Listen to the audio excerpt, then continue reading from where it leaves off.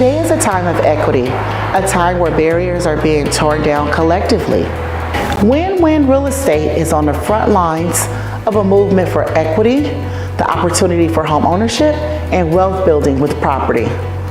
And we have been for over 20 years. The American dream has always been the ownership of land. Property. It builds wealth, offers stability, and brings comfort and joy to families big and small. We want our clients to win with real estate, and that means education and opportunity. It means knowing what's available and having someone there to help guide you. When people are selling homes, they need a clear understanding of the process and options available, whether they're buying a new home or selling an investment property. At Win-Win, our job is to help sellers plan and execute to get the most for their real estate investment with the least amount of stress. We help our clients consider all the components involved when selling their home, from the clear defined dates of property transfer to the successful move into your new home. Everybody wins at Win-Win & Company Real Estate Group.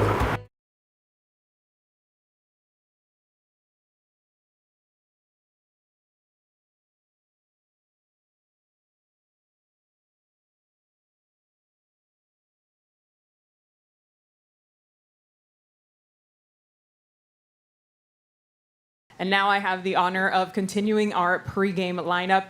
Please help me welcome the incredible artists performing as well on Super Bowl Sunday. Please welcome in Cheryl Lee Ralph, Babyface, and Chris Stapleton.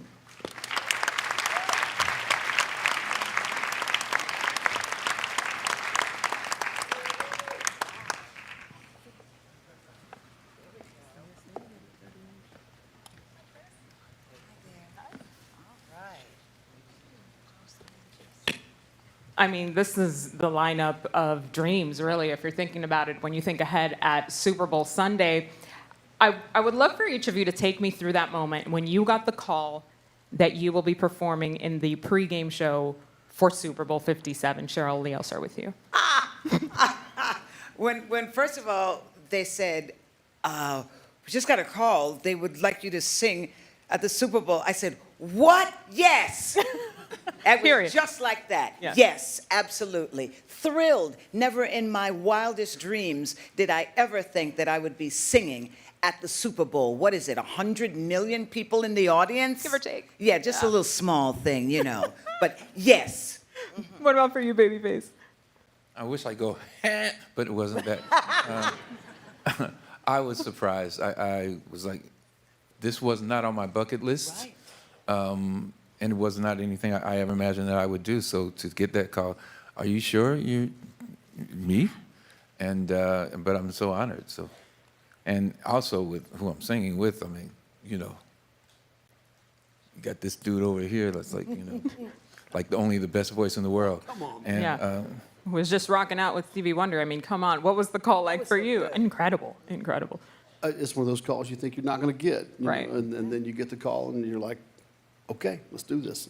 Right. All right, so Super Bowl Sunday is going to look very different for you guys than maybe in previous years, right? If you were not performing, what would be your ideal setup? How would you be spending Super Bowl Sunday? Chris, I'll start with you. I'd be sitting at home with the kids. Yeah. On the couch. We'd have some snacks and watch the game. It's casual. And you mentioned it's like a holiday almost, an atmosphere, Babyface, and getting together for Super Bowl Sunday. What would that look like for you if you weren't performing? yeah, it's always it was going to be eating somewhere and watching it. Yeah. I don't know where the somewhere always is, but it's always somewhere. Like plans come together. Cheryl Lee, I mean, football gal, clearly. Oh my goodness. What would Super Bowl Sunday I look had to make sure I had all of the accoutrements. So when I saw that, I said, yes, we must have the bag representing the team, Philly all the way. You know, it's a Philly thing. But my whole thing is good food, good friends, and a great game. That's it. And that's what we're going to have this year. Mm-hmm. So we already know who you're rooting for. Oh, fly, eagles fly. Yes, they like it. Babyface, have you picked a side here for Super Bowl Sunday? I'm going to go with Rihanna. Listen, cannot go. Everybody wins. Everybody wins. For you, He Chris. took my answer. You took your answer. Well played. Well played. Chris, you've mentioned before that the Super Bowl stage would be where you wanted to sing the national anthem and only on this stage. Why is that? I think I said it because I thought I wouldn't get asked. Manifesting in a different sense, right? Right. Yeah, well, it's not a, you know, the national anthem is not an easy song Right. Yeah. for singers. And Right. it's one that you can, you know, it can go horribly wrong, as we've seen many times in the past. Hopefully it won't happen for me, It will not. knock on wood. But yeah, no, I mean, if you're going to do it, this is the place to do it. It's like the reverse psychology. I will not sing it unless it's the Super Bowl. Oh, I guess I'm doing it now. I may have accidentally put that in the worked. universe. I don't know. Yeah. Like, Now, you'll actually be back at State Farm Stadium in just a few months, back on the road. How excited are you for that? it's always exciting to get to come Yeah. play for the people, you know? Yeah, no question. Cheryl, you are the first person to sing Lift Every Voice and Sing live inside of a stadium for Super Bowl Sunday. This has been named a Super Bowl of many firsts. Yes. First, two black quarterbacks going up against each other, two brothers going up head to head, and now this first as well. How poignant, how important is that for you? These three songs put together, the Star Spangled Banner, America the Beautiful, and Lift Every Voice and Sing, the national black anthem. To me, that shows a major effort by the NFL to be truly inclusive, to say we're going to represent all people on a day, Super Bowl Sunday. 200 million people coming together to sit and experience and hear. What a time, what a way to bring us all together. So I am very pleased and very happy to be able to be on the 40-yard line. Oh, yeah, baby. Lift every voice and sing. And of course, my favorite line is, till victory is won. Yeah. You have to unapologetically represent for your team, all right? I am never mad at that, Cheryl, but Thank you. you know, I'd be remiss if I didn't mention the moment in which you're standing right now. Your acceptance speeches at the Emmys, the Critics' Choice Awards. Shall we keep going? Because the list has been long, honey. And the words you're talking about lift every voice and sing. You've lifted so many voices who at one point didn't feel represented or didn't feel like they could ever aspire to be in a position like yours. What are your words of aspiration and affirmation for those who are just looking for a light to keep going? Oh my God, it's the fact that you woke up today. You woke up today in your right mind. You were able to put on your own clothes. Somebody didn't have to come in and wipe your behind. You did it for yourself.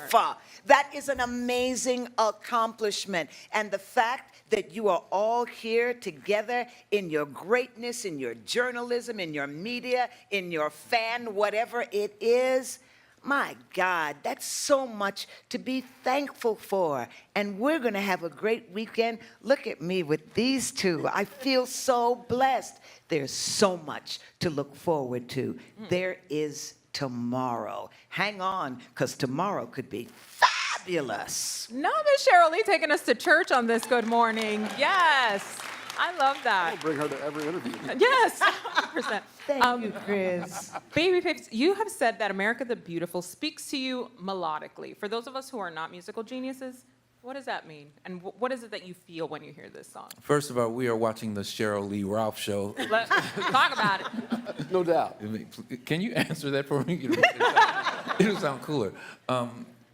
America the Beautiful. I've been doing this song. The first time I did this song, I did it as a sophomore in high school. Wow. It was in a play that I was in, and I sang with a couple of guys, and we did a version of America the Beautiful. And it's hard to believe that, you know, so many years ago, which was a lot of years ago, that I'm here to, you know, to sing America the Beautiful. Once again, this song that I sang, and back then my mom was in the audience, and she couldn't believe that I was like, you know, up there on that stage singing. And like the shy kid that actually got up on stage singing. So to think of her looking at this now and to see me at this moment singing America the Beautiful, it's like full circle. Yeah. And I didn't see it coming. I didn't know it was coming. Right. But God brings things to you that, you know, you don't look for it. He just gives it to you. So we were just talking earlier, just how are we here? How are we still doing this? And it's just amazing that that we're here. And the melody in that song, it's a lot easier than the Star Spangled Banner. Sorry, Chris. But he's gonna kill it, so I ain't worried about it. So. Oh, man. Do you have a favorite rendition of America the Beautiful? Well, I mean, I think Ray Charles is the Yeah. only person Absolutely. Yeah. that kills it. You know? Right. Mic drops. We were talking about the national anthem earlier, Whitney Houston, and those snapshot moments, your snapshot moments this Sunday, definitely to be admired and to look forward to. We have some questions from the audience before we wrap up here. First is our NFL Play 60 super kid, Julia Crossley. Hi. Hi, Julia. So, when was the moment you knew you wanted to be in music and entertainment? Oh, you know, we were just sitting backstage talking about that, and it was probably in junior high school. I was part of the choir, and I got a solo, and it was a good solo, and I got this huge applause, and it was like, oh my God, I can't live without that. I have to have that in my life. The way it made me feel, and singing my song and being center stage, that was it for me. That was it. I'm glad I made that choice and didn't become a doctor. You know, I met someone who was a songwriter. I don't know that I ever actually knew that I would, you know, be out on stages as much as I met a man who was a songwriter named Steve Leslie. And when I learned that that was a job that you could have where you could sit in a room and write songs for a living, I said, no, that's for me. And, you know, over time I snuck back on stage a little bit and wound up sitting here. But you know, I've always loved music. And so knowing that I love music kind of took me down the road. Bring us on home, Babyface. What about for you? It was I fell in love with this girl, and I had to I picked up a guitar so I could learn how to write a song for her and about her, and She had the whip appeal. well, that didn't exist back then. Yeah. But that was what made me want to, you know, actually start figuring it out. And I obviously listened to music all the time, but what made me want to become a writer was because I wanted to put my words down, all these things I was feeling, I wanted to put it down in a song. And so that started it. The epic conduit of music. That's beautiful. All right, we have another question from Entertainment's Tonight, Kevin Frazier. Kevin. Hey, Kevin. Hey, y'all. Hey, Kevin. How you doing? Real quick, I want to shout out MJ for the great job she did. Thank you, Kevin. And then we have three very unique artists that will perform in the pregame show. Have you worked on a unique twist to each one of these iconic songs?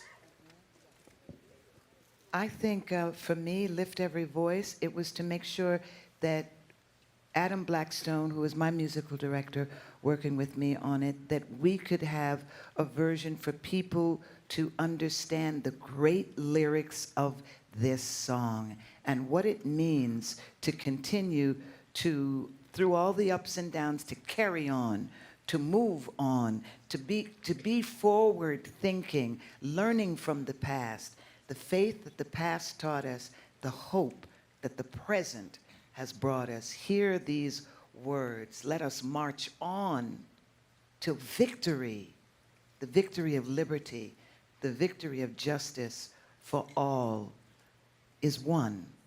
And that's how we approach the song this time. Babyface.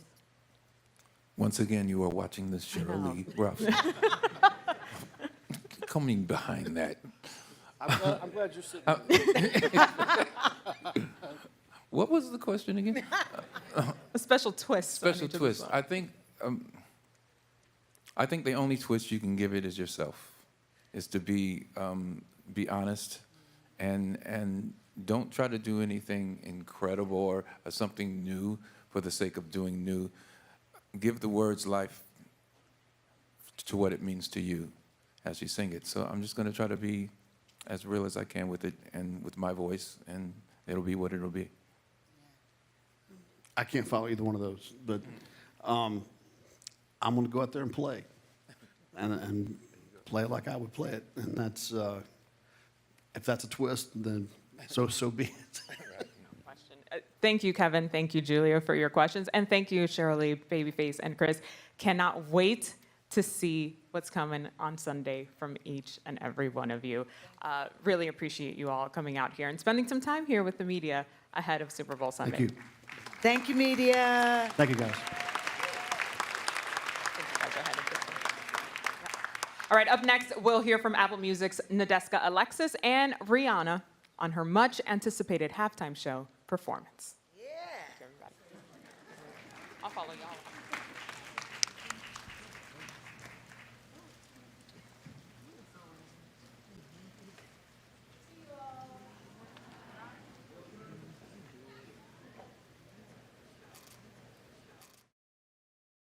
If you become 1% better every single day, 100 days from now, you're 100% better. My name is Sean Fair, and welcome to the Leadership Experience Tour. My advice for anyone who has not experienced the Leadership Experience Tour is just do it. Don't delay. Just do it. Do it. Do it right now. You need to be here. So many great things. The synergy is fantastic. It has been amazing. It's been going on. We got speakers from everywhere, an amalgamation of speakers. If you are never spoke ever in your life, this is the platform for you. It's called the Leadership Experience Tour. So the Leadership Experience is all about improving yourself. This particular tour brings value to the individual, brings value to what you're going to be. So I'm giving of myself to the Leadership Experience team, but I get so much back. It's a fantastic opportunity. And this has absolutely been amazing. I've been able to connect with others that have things that are in common, and I've also been able to learn so much. I saw an opening in the UK and bridging the gap with the USA. And put you on a platform where your message will go globally all around the world. Receivership, because to do the Sean Fair and in the UK is we are going to receive each other and we with the Unite. So that is the Sean Fair. I think that's how I see it, straight off from that.